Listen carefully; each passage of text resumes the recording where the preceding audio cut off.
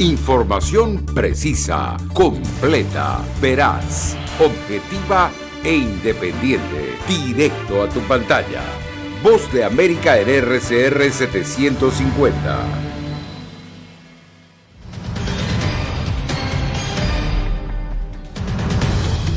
La variante Omicron infectará eventualmente a todos, advierte el principal epidemiólogo de la Casa Blanca. No hemos sufrido frío, hambre, enfermedades. Migrantes en la frontera norte de México denuncian estar expuestos al COVID-19. Inflación en Estados Unidos alcanza su punto más alto en 40 años. Y un potente contaminante es vetado por la Agencia de Protección Ambiental estadounidense.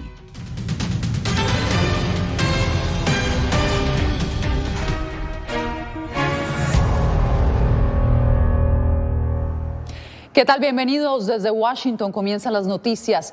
Anthony Fauci, el principal asesor de la Casa Blanca para el manejo de la pandemia, aseguró este miércoles que Omicron es tan contagiosa que en algún momento todos probablemente nos contagiaremos. José Pernalete nos tiene más detalles de esta información. José, ¿qué más dijo el epidemiólogo? Así es, Yasmin, se trata de una estimación en la que afirma que la humanidad va a tener que aprender a convivir con esta condición, así como ocurre con otras enfermedades como el sarampión o la viruela. En otras informaciones, en el día de hoy, desde la Casa Blanca, se advirtió sobre la importancia, específicamente los CDC indicaron que es necesario mantener en buen estado de salud a los médicos y enfermeros del país debido al incremento de ingresos de pacientes en los hospitales de la nación. Cifras del Departamento de Salud de Estados Unidos develan un incremento de 47% de nuevos casos en los últimos 7 días. Las admisiones en los hospitales están alrededor de 19.800 ingresos cada 24 horas. Sin embargo, los CDC afirmaron que el 90% de los pacientes con Omicron salen del hospital en 3 días o menos debido a las complicaciones leves que genera esta variante del coronavirus. Al respecto, el principal asesor de la Casa Blanca en la guerra pandémica, Anthony Fauci, apunta hacia un eventual declive de casos por Omicron y dijo que la humanidad deberá aprender a vivir con el virus. Eso solo sucede con los programas de vacunación masiva, como hicimos con el sarampión, pero finalmente lo controlaremos. Y si lo controlas de alguna manera, está a un nivel bajo, las personas se vacunan y se refuerzan, tarde o temprano, a medida que comenzamos a vivir con eso, prácticamente todo el mundo terminará expuesto y probablemente se infectará. Pero si estás vacunado y estás reforzado, las posibilidades de que te enfermes son muy, muy bajas. Entre tanto, la Organización Panamericana de la Salud recomienda priorizar las pruebas de detección del virus en las Américas a personas con síntomas para prevenir nuevos contagios de Omicron. De hecho, advierte sobre mantener a salvo al personal médico. Cuando haya vacunas disponibles suficientes, se debe priorizar a los profesionales sanitarios para que reciban dosis contra la COVID. Cifras oficiales indican que diariamente se registran en Estados Unidos 1.600 muertes cada 24 horas. Esto representa un aumento del 40% en comparación al periodo anterior, es decir, la pasada semana. Yasmin. José, muchas gracias. Y en más información, un nuevo giro dio el proceso migratorio del deportista Novak Djokovic en Australia. El número 1 del tenis mundial admitió que se saltó la cuarentena y proporcionó información falsa para ingresar a ese país. La participación de Djokovic en el Abierto de Australia, que comienza el 17 de enero, está en el limbo mientras se espera una decisión de las autoridades australianas que podría terminar en su deportación. En alto riesgo de infectarse por COVID-19 permanece la población migrante que acampa en varias ciudades mexicanas a la espera de ingresar a Estados Unidos. Víctor Hugo Castillo visitó uno de esos albergues en Reynosa. En condiciones críticas como las mías, mire cómo estoy. Leslie es una migrante enferma, hospedada en el campamento improvisado de migrantes en la ciudad fronteriza de Reynosa. Mire, en primer lugar, casi no puedo hablar, estoy mal de la garganta. Segundo lugar, tengo a mi esposo que me le dio un derrame cerebral. Está preocupada por sus 3 hijas y su esposo. Que no puedo caminar bien. Pues vivir con más de 2,000 personas en este campamento y en condiciones precarias es estar expuestos al COVID. Estamos sufriendo aquí, nos hemos sufrido frío, hambre, enfermedades. Solamente 3 ciudades fronterizas como Reynosa, Matamoros y Nuevo Laredo representan el 60% de todos los casos en el estado de Tamaulipas, donde la mayoría de las ciudades a lo largo del Río Grande tienen en rojo su semáforo epidemiológico. Pues yo creo que tendrían que evaluar el tema de los riesgos que corren para poder llegar hacia el vecino país de los Estados Unidos. México ya reporta más de 4 millones de casos de COVID. El hecho de las variantes de esta enfermedad pues exige a los gobiernos diseñar nuevas estrategias y realizar nuevas acciones. La gente siempre va a estar en ese plan de querer llegar a los Estados Unidos, ¿verdad? Le cueste lo que le cueste. Así arriesgan su familia, así arriesgan sus niños. Leslie nos dice que ha visto a migrantes ser llevados a emergencias en condiciones críticas como las de ella. Se los han llevado a emergencia, han muerto. Víctor Castillo, Voz de América, Reynosa, México. Una organización sin ánimo de lucro denuncia que en Estados Unidos existe una modalidad que involuntariamente termina separando a familias migrantes. Jorge Agobián nos da los pormenores. Familias completas en busca de protección han enviado a sus hijos solos a entregarse ante la patrulla fronteriza estadounidense, porque solamente los menores están exentos de deportación, así como del programa Permanecer en México, reinstaurado por decisión de un juez. Hemos visto a niños que quedaron solos, han estado con un padre o tutor legal y luego algo le sucedió a ese padre o tutor legal mientras se ven obligados a esperar en condiciones peligrosas en el norte de México, esperando la oportunidad de pedir protección. Los casos han sido documentados por la organización KIND, de la que Jennifer Patko es vicepresidenta. En un reciente informe, la ONG estableció que la separación familiar no deseada ha causado traumas y protecciones legales reducidas para los menores, que en muchos casos deben enfrentar solos el proceso de asilo en Estados Unidos. Todas estas políticas, incluso si hay una política que pueda eximir a los niños no acompañados, siguen teniendo un gran efecto en los niños cuando a los adultos y a las familias no se les permite pedir protección. A principios de su mandato, el presidente Joe Biden ordenó excluir a los menores de una orden, aún vigente desde la administración Trump, que invoca la pandemia para expulsar automáticamente a quienes intenten ingresar vía terrestre a Estados Unidos. En diciembre, el Departamento de Seguridad Nacional anunció que establecerá una serie de lineamientos que prevengan la separación de familias, citando los esfuerzos de la Casa Blanca para reunificar a más de 3,000 niños separados de sus padres durante la administración Trump. Hemos visto algunos pequeños pasos que estamos muy contentos de ver, pero eso no es suficiente. Eso no es suficiente para garantizar que los niños estén seguros y saludables. En total, unos 146,000 menores fueron detenidos por la patrulla fronteriza durante el año fiscal 2021. Jorge Agobián, Voz de América. En un 7% aumentó la inflación en Estados Unidos durante diciembre del 2021, una cifra que no se había registrado en casi 4 décadas. Laura Sepúlveda, en Estados Unidos se ha hablado de la inflación como algo que podría mejorar, pero ¿qué dicen los expertos sobre esta tendencia económica? Pues, Yasmín, no solamente dicen que es una situación que podría durar bastante tiempo, sino que podría implicar que la administración, específicamente la Reserva Federal, tuviera que subir sus tasas de interés para poder compensar un poco esta inflación tan alta que se está registrando. Lo que quiere decir que, por ejemplo, la adquisición de bienes como viviendas serían aún más costosas, lo que no le cae nada bien a esta evaluación que tendría la administración menos de una semana antes de que se cumpla el primer aniversario de la administración Biden. La economía mundial ha sufrido diferentes golpes con el paso de la pandemia. Ahora quienes más lo sienten son los consumidores estadounidenses, quienes vieron un aumento de los precios del 7% durante el último mes de 2021. El economista Gerald Celente explica que no se debe solo a la pandemia. Es solo parcialmente, dicen. Son interrupciones en la cadena de suministro. La realidad es que todos los bancos centrales están invirtiendo todo este dinero barato con tasas de interés negativas en Europa y y una política de cero interés en Estados Unidos, además de todo el dinero que el gobierno ha estado invirtiendo desde que comenzó la guerra del COVID. Inflación que no incluye el aumento de los precios de vivienda, que en 2021 subieron en alrededor del 20%. Y aunque la noticia fue sobre Estados Unidos, el economista Francisco Romero señala que la tendencia también existe en las economías latinoamericanas. La inflación se ha empezado a sentir desde mediados del año pasado en países como Brasil, en países como México, y el resultado es porque somos una economía global ahora. Entonces, si hay una disrupción en las cadenas de suministros a nivel mundial, entonces la mayoría de los países van a ser afectados por lo mismo. La noticia de la cifra más alta del aumento de la inflación en 39 años produjo anuncios de la Reserva Federal, pues el presidente de la Junta señala que ante la situación otros aspectos económicos tendrían que ser analizados.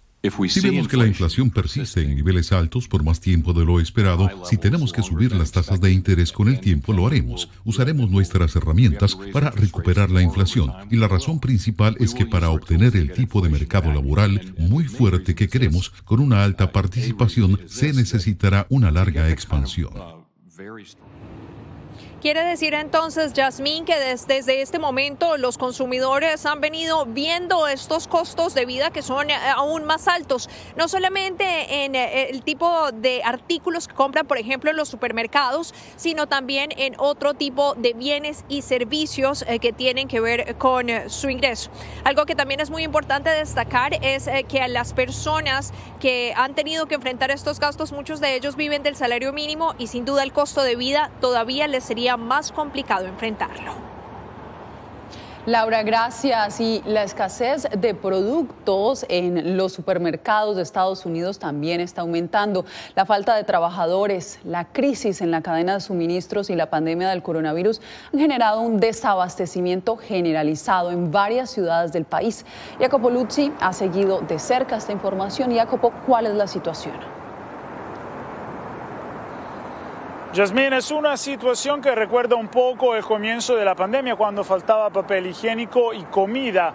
Hoy he recorrido varios establecimientos en Washington y he visto que algunos supermercados tienen más escasez que otros. Sin embargo, por lo general, el escenario no es tan trágico como al principio de la pandemia y las estanterías aquí están casi todas llenas. Claro, la escasez, Yasmín, es real alrededor del país y ahora vamos a explicar por qué está ocurriendo.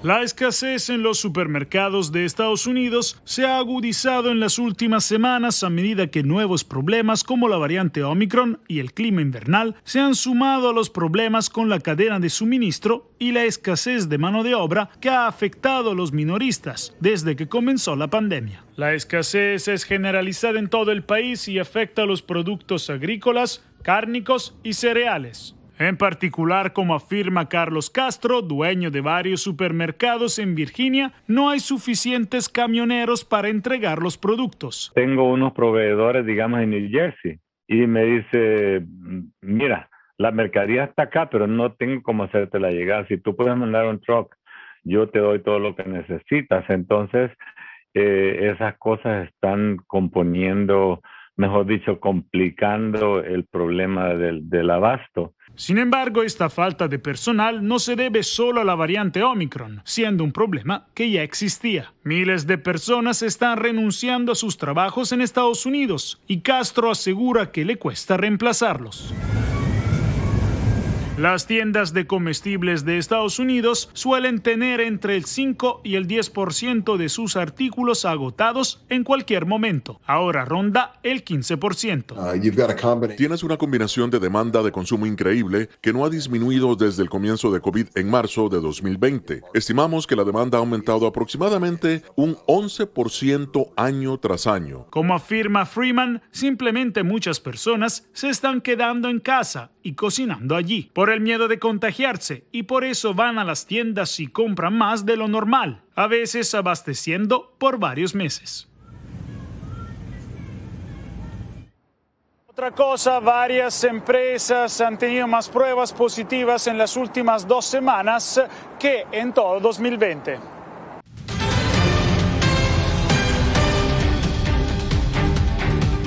Gracias por quedarse con nosotros en El Mundo al Día. Cara a cara se encontraron este miércoles los aliados de la OTAN y el gobierno ruso en busca de encontrar una solución política a la escalada militar de Rusia en la frontera con Ucrania. Celia Mendoza nos da los detalles de la reunión. La OTAN y el Consejo de Rusia acordaron continuar las conversaciones sobre la escalada militar rusa en la frontera con Ucrania, pero la situación es frágil, según explicó tras el encuentro en Bélgica el secretario general de la OTAN, Jens Stoltenberg. Tuvimos un intercambio muy serio y directo sobre la situación en y alrededor de Ucrania y las implicaciones para la seguridad europea. El encuentro se dio un día después de la reunión de alto nivel en Ginebra entre Estados Unidos y Rusia, donde los representantes de Vladimir Putin ya habían hecho pública su solicitud para que la OTAN les garantice legalmente que Ucrania ni Georgia ingresarán jamás a la OTAN, a la que le exigieron retirar sus tropas de esos territorios, algo que reiteró Dmitry Peskov, vocero de Putin. La situación de la seguridad europea y de nuestros intereses nacionales ha llegado a un punto crítico. No podemos demorarnos más. Necesitamos respuestas específicas a las preocupaciones que hemos expresado. Los miembros de la OTAN han rechazado dichos compromisos. Rusia aún controla la península de Crimea desde que invadió militarmente ese territorio ucraniano en 2014, el territorio más amplio que haya sido anexado en Europa desde la Segunda Guerra Mundial. Si el gobierno ruso invade Ucrania aún más, desestabiliza aún más Ucrania. Estamos listos y alineados con nuestros aliados y socios para imponer costos severos. A pesar de la tensión, Stoltenberg afirmó que ambas partes están de acuerdo con la necesidad de continuar el diálogo y explorarán las opciones para encontrarse una vez más. Celia Mendoza, Voz de América, Nueva York. Por primera vez en 30 años, la Agencia de Protección Ambiental de Estados Unidos agregó un químico a su lista de contaminantes peligrosos del aire. Verónica Villafañe nos explica qué es el 1-bromopropano y por qué es importante frenar su uso para proteger el medio ambiente.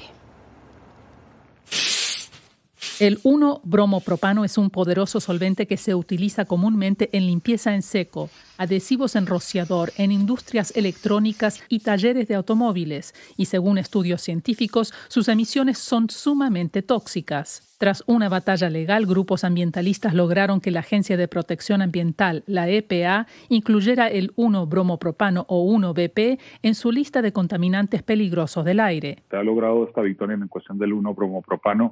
Esto se ha demorado más de 10 años y esto por ley debió haber sucedido hace 10 años. Alejandro Dávila representa a Earth Justice, que presentó la demanda. Hay una serie de retrasos que nosotros estamos muy preocupados que sigan sucediendo. Exposición al 1BP puede causar cáncer, trastornos neurológicos y reproductivos, advierte el Instituto Nacional para la Salud y Seguridad Ocupacional, un ente del gobierno federal. La designación de contaminante tóxico le permite a la EPA establecer mayor control en las emisiones del solvente.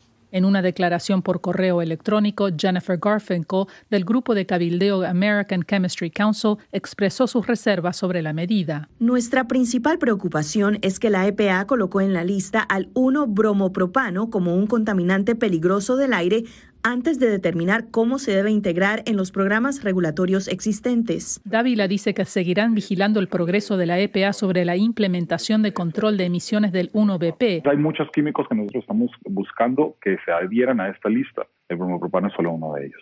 Verónica Villafañe, Voz de América, Los Ángeles.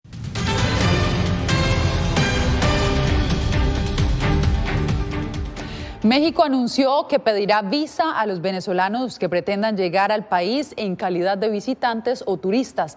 Álvaro Algarra nos trae la información.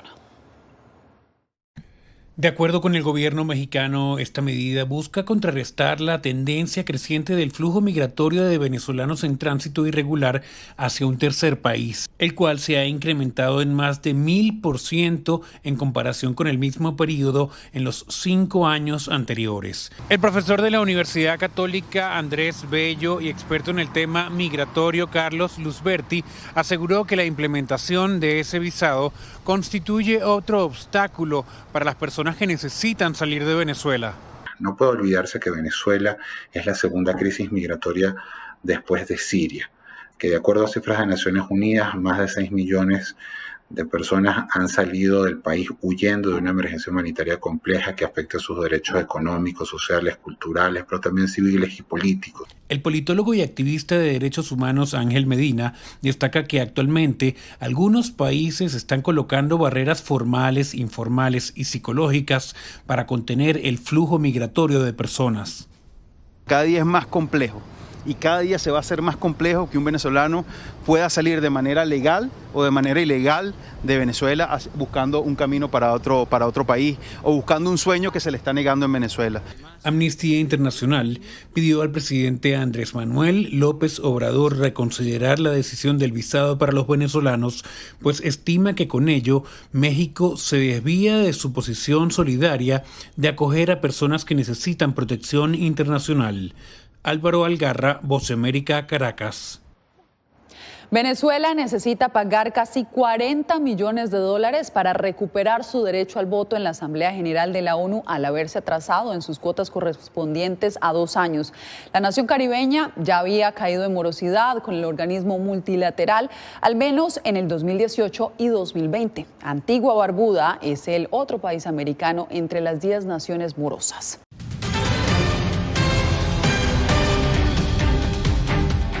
Un resultado inesperado alcanzó un grupo de científicos de varias universidades en Estados Unidos que utilizaron células madre de rana africana con garras para uno de sus experimentos. Sofía Pisani nos trae la historia. En marzo de 2020, científicos de 3 universidades importantes, Tufts, Harvard y Vermont, crearon en un laboratorio a un organismo único, un pequeño robot que fue llamado Xenobot. Los Xenobots fueron producidos con células madres extraídas de embriones de una rana africana con garras. Lo que hicimos fue sacar células de la piel de un embrión de rana recién nacida. Estas eran células de piel completamente normales. No hubo edición genómica, ni transgenes, ni proteínas, nada de eso. Entonces sacamos estas células del embrión de rana recién nacida, las dejamos a un lado en un nuevo entorno y las liberamos de las instrucciones que normalmente reciben de sus vecinos en el embrión. Y les dimos la oportunidad de hacer algo completamente diferente. Los Xenobots son realmente pequeños, su tamaño no supera el milímetro, no tienen neuronas ni tienen sistemas reproductivos, digestivos u otros. Se descomponen orgánicamente y se desintegran en 2 semanas. Los científicos también descubrieron recientemente que estos pequeños robots se reproducen espontáneamente de una manera nueva. Descubrimos que bajo las condiciones adecuadas, los Xenobots son capaces de replicarse de una 10ª forma desconocida. Y esta 10ª forma de replicación es bastante diferente de las 9 formas de replicación que ocurren naturalmente. Es cinemático o basado en el movimiento en lugar de basado en el crecimiento, pero el resultado es el mismo. En última instancia, los científicos esperan que los Xenobots se puedan usar en la medicina reproductiva de manera regular y que brinden a las personas una mejor comprensión de cómo los organismos multicelulares complejos surgieron a partir de antiguos organismos unicelulares. Sofía Pisani, Voz de América, Washington. En Tokio, 2 cachorros gemelos de panda gigante hicieron su primera aparición en público. Lei Lei y Xiao Xiao son los primeros pandas gemelos nacidos en el zoológico de Ueno. Son tan populares que solamente los ganadores de un sorteo celebrado el año pasado pudieron verlos. Cada ganador podrán verlos durante solo 1 minuto durante los próximos 3 días. Con esto nos despedimos por hoy y les agradecemos por su sintonía. Nos vemos mañana. Radio Caracas Radio presentó Voz de América.